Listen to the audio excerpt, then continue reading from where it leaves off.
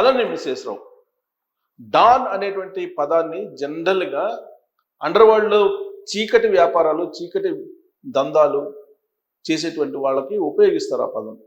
అలాంటి పదాన్ని అమెరికా అధ్యక్షుడు ట్రంప్కి ఉపయోగించారు ఫ్రాన్స్ అధ్యక్షుడు. ఎందుకంటే యూరోపియన్ యూనియన్ దేశాలు ఇప్పుడు రగిలిపోతూ ఉన్నాయి అమెరికా దుందుడుకు చర్యలకి. గ్రీన్లాండ్ మాదే, వెనిజులా మాదే, కెనడా మాదే, ఇరాన్ మాదే. ఇది ట్రంప్ చెప్తున్నటువంటి మాట. ఇరాన్ని భూస్థాపితం చేస్తామని చెప్పి చెప్తున్నారు. ఇన్ కేస్ తనని కనుక చంపితే ఇరాన్ భూస్థాపితం అని చెప్పి ట్రంప్ చెప్తూ ఉన్నారు. మరి ఎందుకు అంత భయం ఏర్పడింది ట్రంప్కి అని అంటే, ఇరాన్లో ఉండేటువంటి ప్రజలను ఆయన రెచ్చగొడుతూ ఉన్నారు. ఇరాన్లో ఉండేటువంటి ప్రభుత్వాన్ని దించేసేటువంటి ప్రయత్నం చేస్తున్నారు. అవసరమైతే ఇరాన్కి సైన్యాన్ని పంపించి సైనిక చర్యలకు పాల్పడాలని ప్రయత్నం చేస్తున్నారు ట్రంప్. అందుకే అక్కడ ఉండేటువంటి కమీని ఎవరైతే ప్రభుత్వం మీద తిరుగుబాటు చేస్తున్నారో వాళ్ళని జైలుకి పంపిస్తున్నారు. దాదాపు 3,000 మందిని కాల్చి చంపేసేసారు. అలాంటి సిచ్యువేషన్ అక్కడ నెలకొంది. అందుకే ఇరాన్ మీద చైనింగ్ చర్యలకు దిగాలని చెప్పి అమెరికా ప్రయత్నిస్తున్నటువంటి క్రమంలో ఇరాన్ అమెరికాకు సంబంధించినటువంటి అణుస్థావరాల్ని గురిపెట్టింది. అందుకే అమెరికా మిడిల్ ఈస్ట్ నుంచి ఖాళీ చేసి వెళ్ళిపోతుంది.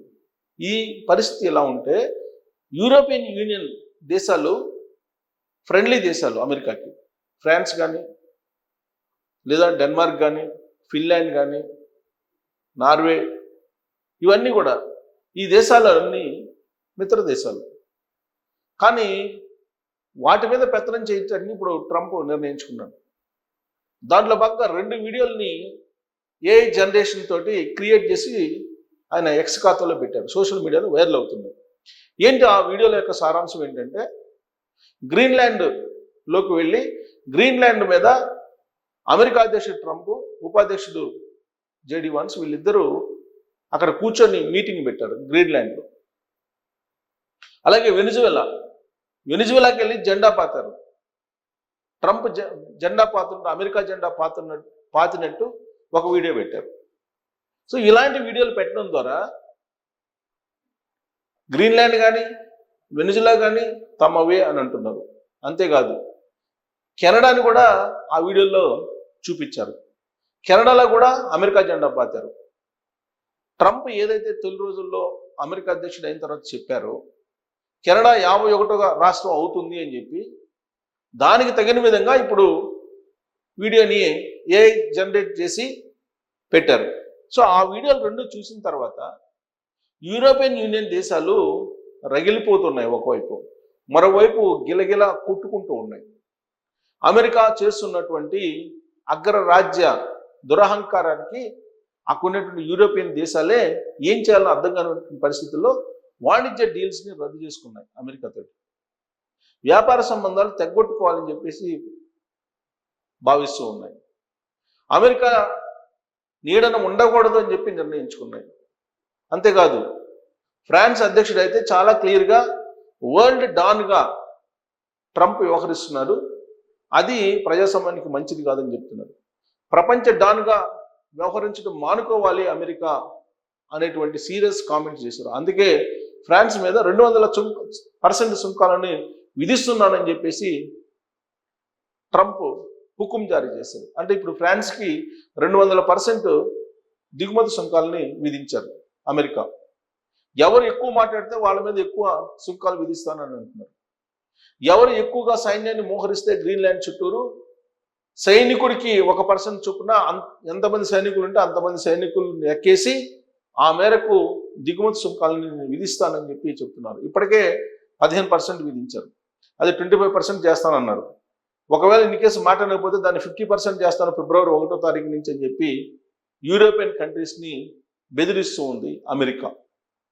ఇలాంటి పరిస్థితుల్లో యూరోపియన్ కంట్రీస్ అటు రష్యాతోటి ఇటు చైనాతోటి చేయగలిపేటువంటి ప్రయత్నం కనిపిస్తూ ఉంది. అలాంటి పరిస్థితులు అంతర్జాతీయంగా కనిపిస్తున్నాయి. అంతర్జాతీయ దౌత్యవేత్తలు చెప్తున్న దాని ప్రకారం అమెరికా గ్రీన్లాండ్ను వదిలిపెట్టదు, వెనిజులాని వదిలిపెట్టదు, అలాగే కెనడాని కూడా వదిలిపెట్టేటువంటి అవకాశం లేదు అని చెప్పి తెలుస్తుంది. కాకపోతే సైనిక చర్యతోటి వాటిని హ్యాండ్ ఓవర్ చేసుకోవాలా, లేదంటే ఇంపోర్ట్ డ్యూటీస్ తోటి బెదిరించి తీసుకోవాలా అనే దాని మీదనే ఇప్పుడు ట్రంప్ రకరకాల జిమ్మిక్కులు చేస్తూ ఉన్నారు. అందుకే European union countries reciprocal taxes వేస్తున్నారు. టిట్ ఫర్ టాట్ లాగా అమెరికా దిగుమతి సుంకాలని ఆయా దేశాల మీద విధిస్తే ఆ దేశాలు కూడా అమెరికా ప్రొడక్ట్స్ని దిగుమతి చేసుకోవడానికి ఇంపోర్ట్ డ్యూటీస్ని వాళ్ళు కూడా పెంచారు. సో ఇప్పుడు వాణిజ్య యుద్ధం యూరోపియన్ కంట్రీస్లో జరుగుతుంది, ప్రచ్ఛన్న యుద్ధం with in the European union జరుగుతోంది. ఇదంతా ఒక ఎత్తు అయితే గాజా రక్షణ కోసం, గాజా పునర్నిర్మాణం కోసం ఒక కమిటీని అమెరికా వేసింది. దాంట్లో అందరూ సభ్యులు కావాలని చెప్పి ఇంక్లూడింగ్ భారతదేశం, ఇండియాకు కూడా ఆహ్వానం పలికింది. యూరోపియన్ యూనియన్ కంట్రీస్ అన్నీ కూడా దాంట్లో మెంబర్స్గా ఉండాలని చెప్పి నిర్ణయించింది. మెంబర్స్గా ఉండటానికి కూడా సిద్ధమయ్యారు.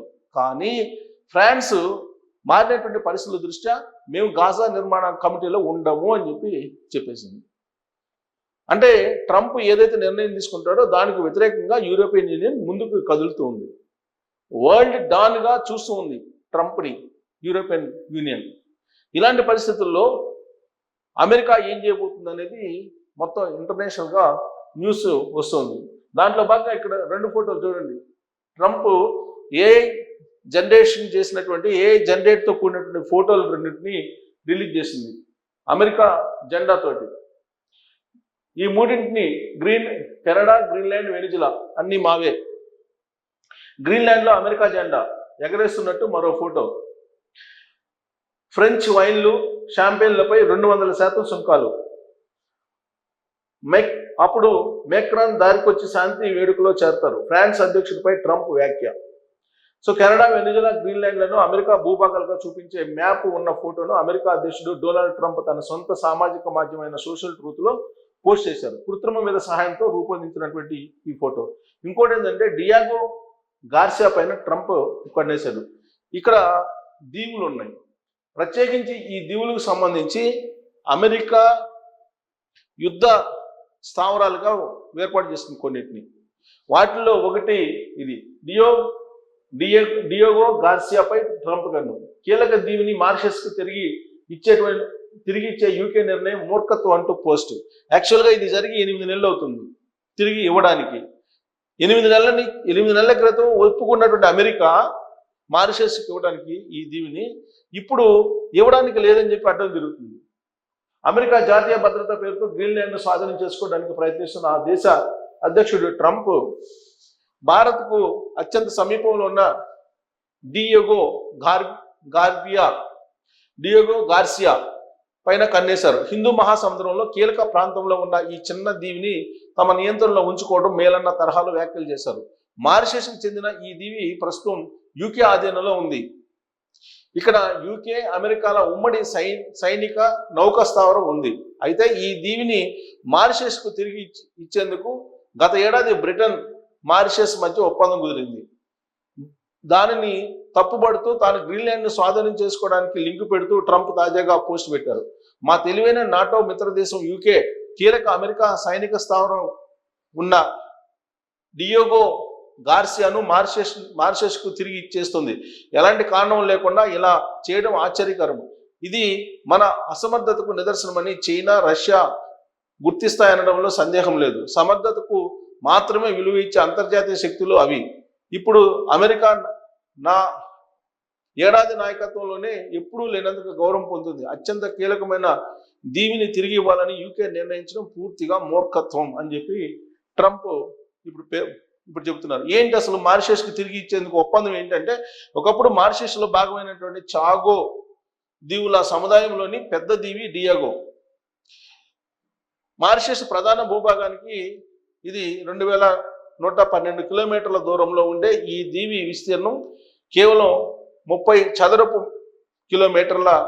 మీటర్లే. హిందూ మహాసముద్రంలో భారత్కు దిగువన, మల్దీవులకు సమీపంలో ఉంటుంది. భారత్, చైనాతో పాటు అటు గల్ఫ్, ఆఫ్రికా దేశాలు, ఇటు ఆగ్నేషియా ప్రాంతాలకు మధ్యలో ఉండడంతో అటు సముద్ర రవాణాపై నిఘాకు, ఇటు సైనిక పరంగా అత్యంత కీలక ప్రాంతం ఇది. సో మారిషస్ తమ వలస పాలనలో ఉన్నప్పటి నుంచి డియాగో గార్సియాపై బ్రిటన్కు పట్టుంది. మారిషస్కు 1968లో స్వాతంత్ర్యం ఇచ్చిన బ్రిటన్ అప్పటి మారిషస్ పాలకులపై ఒత్తిడి తెచ్చి డియాగో గార్సియా దీవిని కొనుగోలు చేసింది. అక్కడ ప్రజలను బయటికి తరలించింది. అమెరికాతో కలిసి సైనిక స్థావరం ఏర్పాటుకు చర్యలు చేపట్టింది. మారిషస్కు భారత్ మద్దతు.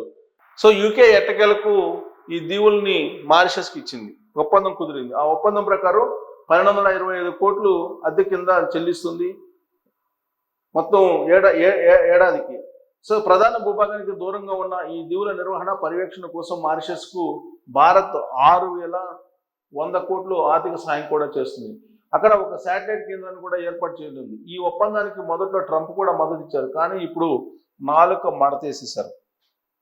అప్పట్లో భారత్, తర్వాత చైనా టార్గెట్గా హిందూ మహాసముద్రంలో తన మిలిటరీ అవసరాల కోసం మొదట్లో డియాగో గార్సియాలో సాధారణ స్థావరాన్ని, కమ్యూనికేషన్ కేంద్రాన్ని అమెరికా ఏర్పాటు చేసింది. కానీ 1971 భారత్ పాక్ యుద్ధం, బంగ్లాదేశ్ విమోచన సమయంలోని పరిణామాలతో భారత్ లక్ష్యంగా డియాగో గార్సియాను పెద్ద సైనిక వైమానిక స్థావరంగా మార్చింది.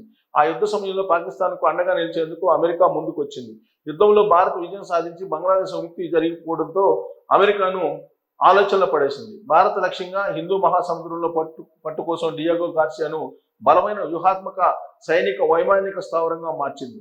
ప్రపంచ యవనిక పైకి చైనా కూడా పోటీగా దూసుకురావడంతో దీనిని మరింత విస్తరించింది. ప్రస్తుతం అక్కడ B-2, B-52 బాంబర్లు, F సిరీస్ యుద్ధ విమానాలు, సైనిక రవాణా విమానాలు, హెలికాప్టర్లతో పాటు సుమారు 5,000 మంది వరకు బలగాలు కూడా ఉన్నట్టు అంచనా. సో కాబట్టి ప్రస్తుతం కెనడా బ్రిటన్ ఆధీనంలో ఉన్నటువంటి ఈ డియాగో దీవుల్ని, చాగో దీవుల్ని ఇప్పుడు మారిషస్కి ఇవ్వడానికి బ్రిటన్ అంగీకరించింది. దాని వెనుక భారతదేశం యొక్క ప్రమేయం కూడా ఉంది. కానీ ఇప్పుడు ట్రంప్ దానికి అంగీకరించట్లేదు. కారణం ఏంటంటే అమెరికా సంబంధించినటువంటి సైనిక విన్యాసాలు, సైనిక స్థావరంగా ఆ ప్రాంతం ఉంది. దీనికి గ్రీన్లాండ్కి ముడిపెడుతూ ఉన్నారు ట్రంప్.